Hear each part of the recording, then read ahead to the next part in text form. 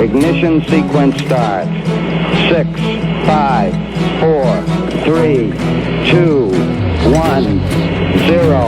Liftoff. We have a liftoff.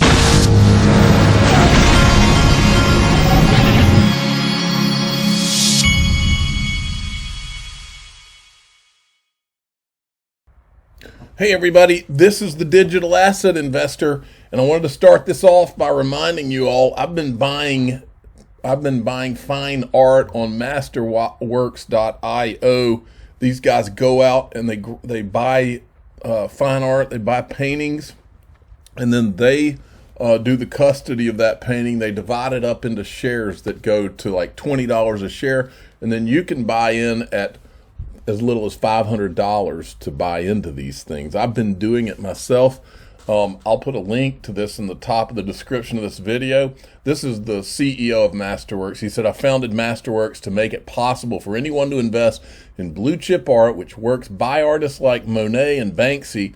From 1995 to 2021, data shows that contemporary art prices outpaced the S&P 500 by 164%. How about them apples, folks? Now, how about these apples? Crypto Bull says history clearly shows us that XRP is about to have a massive breakout. Now, this guy says that history shows it. I don't know if that's true or not, but I hope that he's right. A massive breakout for XRP. Now, let's move along. I told you they were having the Bitcoin conference in Miami. This was the unveiling of a Bitcoin bull in front of the conference. Watch this. 3, 2, 1. Welcome to the future of finance.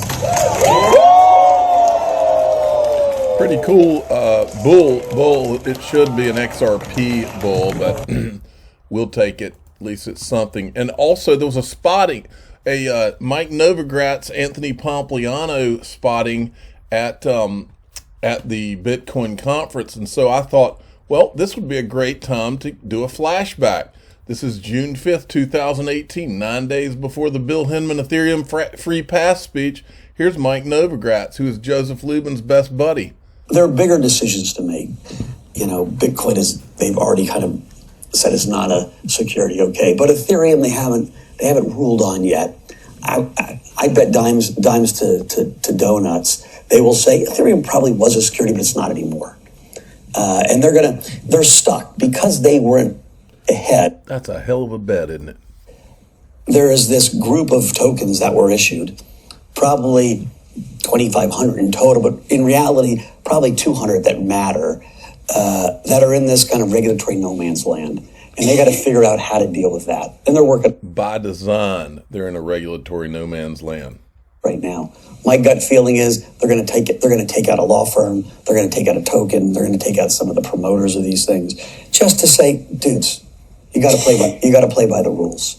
But when we're talking to them about going forward in the future, they're very constructive at wanting to see this new innovative way of financing companies, of bringing liquidity and access to markets to the general population that they never had. To my knowledge, only Joseph Lubin and Mike Novogratz are really excited about the regulators and how progressive they are in their thinking about all this. Now, this is also from Ripple, another great clip of Mike Novogratz. Listen to this. That you can only buy digital currencies through regulated exchanges. At that point, the only regulated exchanges was run by the two Winklevoss brothers, Gemini, and they were trading Ether. And so most young guys, no big deal, will set up an account in New Jersey and just buy them there. And, but one thing I learned from a long time on Wall Street is don't break the rules. And especially if you get wealthy, really don't break the rules. And so we have a cheeky sign in our office, we're too rich to go to jail. Who puts a sign in their office saying we're too rich to go to jail? What in the world is that? That's not the first time I've heard him say that. He's said it at least twice that I have seen. Now, I wanted to show you this again because Stefan Huber had thrown out the idea. Nobody knows if the disguised whales from the Ethereum ICO are Russians. Nobody knows if they're Chinese or North Korea or a group of terrorists in Afghanistan. Nobody knows. So what we're wanting to know is, why do none of the Congress people want to know?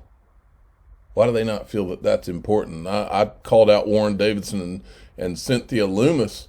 Why don't they want to know? Why doesn't Tom Emmer want to know? Because here's Cynthia Loomis. Digital assets are here to stay. I agree. This technology creates opportunities for nearly every sector in our economy. It reduces clearing time for transactions. It opens up opportunities for the unbanked and creates new potential for businesses and jobs around the country. I agree with all that. But I don't agree that it should be Bitcoin and Ethereum and everything else gets boxed out, because the idea that Ethereum is somehow decentralized where everything else is not is a bold-faced lie, and Cynthia Loomis knows it just like all of them know it. And so that's called trying to create a monopoly. And the way I see it is, these Congress people are complicit if they're not going to question it or do anything about it.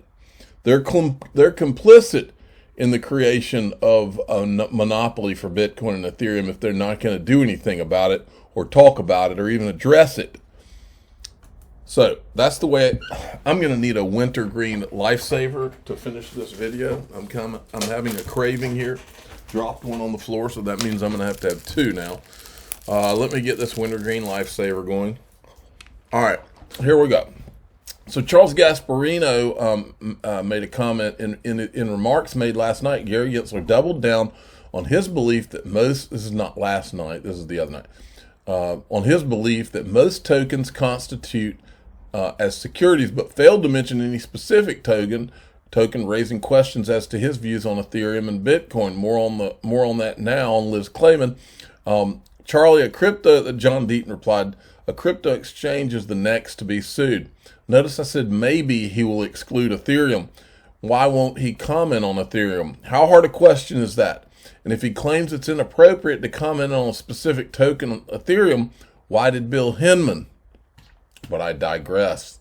Okay, I couldn't remember if I touched on this. I think this is a little older news, but I still wanted to make sure I mentioned it. Ripple announces development of XLS-20 to facilitate NFT creation on the XRP ledger. And then there's a whole write-up on it right there. This is from Ripple X. We developed a new standard XLS-20 to help developers build more advanced and innovative NFT applications on the XRP ledger. And that is, for those of you that don't know, Ethereum has the ERC20 tokens, okay? And this is the XLS-20, okay? So, how does this go down, folks? Well, ask yourself this. If you're buying NFTs on Ethereum and you're buying a $20 NFT, but you're paying $80 in gas fees, why in the hell would you buy it through Ethereum when you could buy it through this XLS-20 and your gas fees are basically non-existent on the XRP ledger versus Ethereum? Why would you buy it? You wouldn't. The market is going to figure this out. That's what I've believed for a long time, is that these regulators are doing the bidding of whoever's invested in Ethereum, and they're trying to box the better technology and the cheaper technology out. Wonder who's getting all those gas fees, folks. Now, speaking of NFTs, CEO of coffee giant Starbucks said that the firm will get into NFTs soon, but exact details will be scarce. Then you got this: Instagram, Reddit, Coinbase, GameStop. They're all building an NFT marketplace. All right, and then there was this. Zero Hedge had tweeted this out. If the Fed starts a digital currency, it had better guarantee privacy. Now, what this is about is what I've been saying for a long time on this channel. Digital currency is coming. It's going to be used for good or for evil. And I've seen Tom Emmer trying to address this right out of the gate.